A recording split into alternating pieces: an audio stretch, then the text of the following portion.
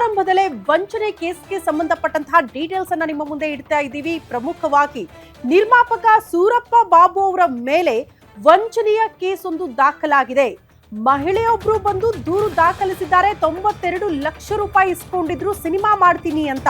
ಸಿನಿಮಾನೂ ಇಲ್ಲ, ದುಡ್ಡು ವಾಪಸ್ ಬರ್ತಾ ಇಲ್ಲ ಅಂತ ವಂಚನೆ ಕೇಸ್ ದಾಖಲು ಮಾಡಿದ್ದಾರೆ. ಬೆಂಗಳೂರಿನ ಅಮೃತಹಳ್ಳಿ ಠಾಣೆಯಲ್ಲಿ ಮಹಿಳೆಯೊಬ್ರು ದೂರು ಕೊಟ್ಟಿದ್ದಾರೆ. ಶಿವರಾಜ್ ಕುಮಾರ್ ಗಣೇಶ್ ಸಿನಿಮಾ ಹೆಸರಲ್ಲಿ ಸಾಲ ಪಡ್ಕೊಂಡಿದ್ರಂತೆ. ಒಟ್ಟು 92 ಲಕ್ಷ ರೂಪಾಯಿ ಸಾಲ ನೀಡಿದ್ದೆ ಅಂತ ಮಹಿಳೆ ದೂರು ಕೊಟ್ಟಿದ್ದಾರೆ. ಈಗ ಸಿನಿಮಾ ಮಾಡ್ತಾ ಇಲ್ಲ ಅಂತ ಸ್ವತಃ ನಿರ್ಮಾಪಕ ಸೂರಪ್ಪ ಬಾಬು ಹೇಳಿದ್ದಾರೆ. ಹಣ ವಾಪಸ್ ಕೇಳಿದಾಗ 25 ಲಕ್ಷ ರೂಪಾಯಿ ವಾಪಸ್ ಮಾಡಿದ್ದೇನೆ, ಆದ್ರೆ ಉಳಿದ ಹಣ ಕೇಳಿದಾಗ ಸೂರಪ್ಪ ಬಾಬು ಅವರು ಬೆದರಿಕೆ ಹಾಕ್ತಿದ್ದಾರೆ ಅನ್ನುವಂತ ಗಂಭೀರ ಆರೋಪ. ಮಹಿಳೆ ದೂರಿನ ಮೇಲೆ ಸೂರಪ್ಪ ಬಾಬು ಮೇಲೆ FIR ಕೂಡ ದಾಖಲಾಗಿದೆ ಅನ್ನೋದ್ರ ಡೀಟೇಲ್ಸ್ ಸದ್ಯ ಸಿಗ್ತಾ ಇದೆ. ಮಹಿಳೆ ಹೇಳೋ ಪ್ರಕಾರ ದೊಡ್ಡ ದೊಡ್ಡ ನಟರ ಹೆಸರನ್ನ ಹೇಳಿದ್ದಾರೆ. ಪ್ರಮುಖವಾಗಿ hat-trick hero Shivaraj Kumar, golden star Ganesh ಅವರ ಹೆಸರಲ್ಲಿ ಹೈ ಬಜೆಟ್ ಸಿನಿಮಾ ಮಾಡ್ತೀನಿ, ಸಾಲ ಬೇಕು, ನಿಮಗೂ ಕೂಡ ಲಾಭ ಕೊಡ್ತೀನಿ ಅಂದಿದ್ರು ಅಥವಾ ಬಡ್ಡಿ ಕೊಡ್ತೀನಿ ಅಂದಿದ್ರು, ಒಟ್ನಲ್ಲಿ ದುಡ್ಡು ಇಸ್ಕೊಂಡಿದ್ದಾರೆ ಸಿನಿಮಾ ಮಾಡ್ತೀನಿ ಅಂತ ಹೇಳಿ. ಆದ್ರೆ ಸಿನಿಮಾ ಮಾಡಿದ್ರ ಅನ್ನುವಂತ ಪ್ರಶ್ನೆಗೆ ಈ ಕಡೆ ಸಿನಿಮಾನೂ ಇಲ್ಲ, ದುಡ್ಡು ವಾಪಸ್ ಕೇಳಿದ್ರೆ ಬೆದರಿಕೆ ಹಾಕ್ತಿದ್ದಾರೆ ಅನ್ನುವಂತ ಗಂಭೀರ ಆರೋಪವನ್ನ ಮಹಿಳೆ ಇದೇ ವಿಚಾರಕ್ಕೆ ಸಂಬಂಧಪಟ್ಟಂತೆ ಈಗ ದೂರನ್ನ ಕೂಡ ಕೊಟ್ಟಿದ್ದಾರೆ. ಬಟ್ ಇದು ಮಹಿಳೆ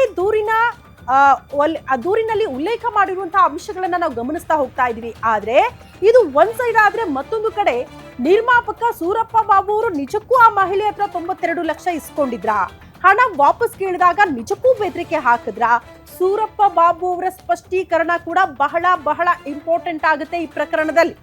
ಯಾಕಂದ್ರೆ ಬಹುತೇಕ ಕೆಲ ಪ್ರಕರಣಗಳಲ್ಲಿ ನಾವು ಗಮನಿಸಿದ್ರೆ ಕೆಲವರ ಹೆಸರು ಹಾಳು ಮಾಡೋದಕ್ಕೆ ಬೇಕು ಅಂತಲೇ ಸುಖ ಸುಮ್ಮನೆ ದೂರು ದಾಖಲು ಮಾಡೋ ಇಂಥ ಒಂದಷ್ಟು ಸನ್ನಿವೇಶಗಳನ್ನ ಈ ಹಿಂದೆ ನಾವು ಗಮನಿಸಿದ್ವಿ. ಆದ್ರೆ ಮಹಿಳೆ ಹಾಗಂತ ಸುಳ್ಳು ಆರೋಪ ಮಾಡ್ತಿದ್ದಾರೆ ಅಂತ ಅಲ್ಲ, ಆಕೆ ಒಂದಷ್ಟು ದಾಖಲೆಗಳನ್ನ ಕೂಡ ಕೊಟ್ಟಿದ್ದಾರಂತೆ ದುಡ್ಡು ಕೊಟ್ಟಿರುವ ವಿಚಾರಕ್ಕೆ ಸಂಬಂಧಪಟ್ಟಂತೆ. ಬಟ್ 92 ಲಕ್ಷಗಳ ಪೈಕಿ 25 ಲಕ್ಷ ವಾಪಸ್ ಕೊಟ್ಟಿದ್ದಾರೆ.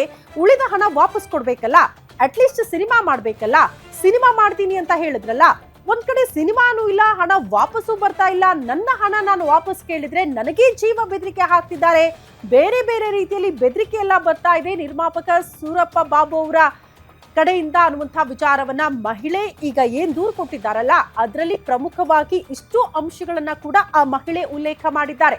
ಸೊ ಮಹಿಳೆ ಕೊಟ್ಟಿರುವಂತಹ ದೂರಿನ ಅನ್ವಯ ಈಗ ಪೊಲೀಸರು ಕೂಡ FIR ದಾಖಲು ಮಾಡಿಕೊಂಡಿದ್ದಾರೆ. ಹಾಗಾಗಿ ಈಗ ಸೂರಪ್ಪ ಬಾಬು ಅವರ ರಿಯಾಕ್ಷನ್ ಏನು ಈ ವಿಚಾರಕ್ಕೆ ಸಂಬಂಧಪಟ್ಟಂತೆ ಅನ್ನೋದು ಸದ್ಯ ಇರುವ ಕುತೂಹಲ. ಮತ್ತಷ್ಟು ಡೀಟೇಲ್ಸ್ ಅನ್ನ ಪಡ್ಕೊಳ್ಳೋಣ. ನಮ್ಮ ಪ್ರತಿನಿಧಿ ಅಜಯ್ ದೂರವಾಣಿ ಸಂಪರ್ಕದಲ್ಲಿದ್ದಾರೆ. ಅಜಯ್, ಈಗ ಮಹಿಳೆ ಕೊಟ್ಟಿರುವ ದೂರಿನಲ್ಲಿ ಉಲ್ಲೇಖ ಆಗಿರುವಂತಹ ಅಂಶ ಏನು? ಆಕೆ ಮಾಡ್ತಾ ಇರುವಂತಹ ಆರೋಪಕ್ಕೆ ಸಂಬಂಧಪಟ್ಟಂತೆ ಮೋಸ್ಟ್ಲಿ ಸೂರಪ್ಪ ಬಾಬು ಅವರ ಸ್ಪಷ್ಟೀಕರಣ ಕೂಡ ಬಹಳ ಇಂಪಾರ್ಟೆಂಟ್ ಆಗುತ್ತೆ ಅನ್ಸುತ್ತೆ ಈ ಪ್ರಕರಣದಲ್ಲಿ.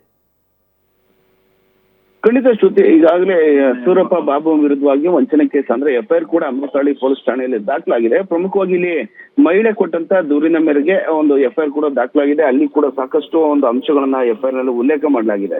2023-24ನೇ ಒಂದು 2 ವರ್ಷ ಡಿಫರೆನ್ಸ್ ಅಲ್ಲಿ ಆಕೆಯಿಂದ ನಾನು ಕೆಲವೊಂದಷ್ಟು ಸಿನಿಮಾವನ್ನ ಮಾಡ್ತಾ ಇದ್ದೀನಿ, ಹೀಗಾಗಿ ಹಣದ ಸಹಾಯ ಮಾಡಿ ಅದಕ್ಕೆ ಸೇರಿದ ಅಮೌಂಟ್ ಏನಿದೆ ಅದಕ್ಕೆ ನಾನು ಆ ಫಿಲಂನಿಂದ ಬಂದಂತ ಲಾಭದಲ್ಲೂ ಕೂಡ ನಿಮಗೂ ಕೂಡ ಹಣವನ್ನು ಕೊಡ್ತೀನಿ ಅಂತ ಹೇಳಿ ನಂಬಿಕೆನೆ ಇಟ್ಟಿರ್ತಾನೆ. ಹೀಗಾಗಿ ಆಕೆಯು ಕೂಡ ಈತನ ಮಾತನ್ನ ನಂಬಿ ಹಂತವಾಗಿ ಒಟ್ಟು 92 ಲಕ್ಷ ಹಣವನ್ನು ಕೂಡ ಕೊಟ್ಟಿರ್ತಾಳೆ. ಆದ್ರೆ ಯಾವಾಗ ಈತ ಹಲವು ವಾಪಸ್ ಬರ್ತೀನಿ, ಎಕ್ಸಾಕ್ಟ್ಲಿ ನಿರ್ಮಾಪಕ ಸೂರಪ್ಪ ಬಾಬು ಅವರೇ ದೂರವಾಣಿ ಸಂಪರ್ಕದಲ್ಲಿ ಇದ್ದಾರೆ. ಸೂರಪ್ಪ ಬಾಬು ಅವರೇ ನಮಸ್ತೆ.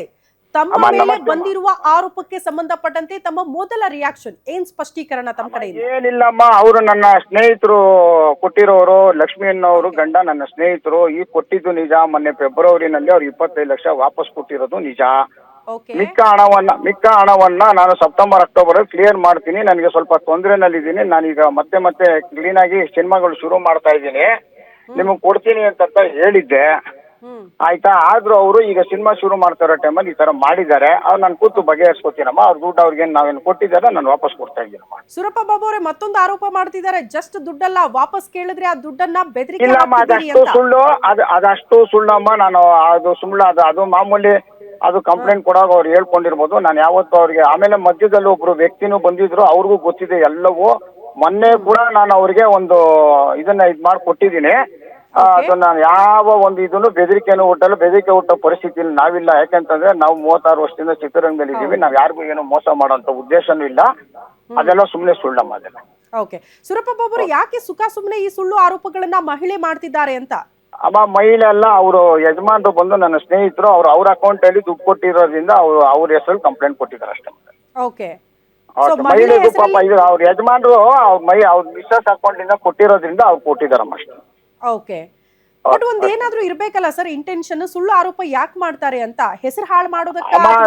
ನೋಡಿ ನಾನು ಇದಕ್ಕೆ ಯಾವ್ದಕ್ಕೂ ಆನ್ಸರ್ ಕೊಡಲ್ಲ. ನಾನು ಯಾವ್ದು ದುಡ್ಡು ಇಸ್ಕೊಂಡು ಅಕೌಂಟ್ ಅಲ್ಲಿ ದುಡ್ಡು ಇಸ್ಕೊಂಡು ಯಾರು ಬೆದರಿಕೆ ಆಗುತ್ತೆ ಸೂರಪ್ಪ ಬಾಬು ಅವರೇ.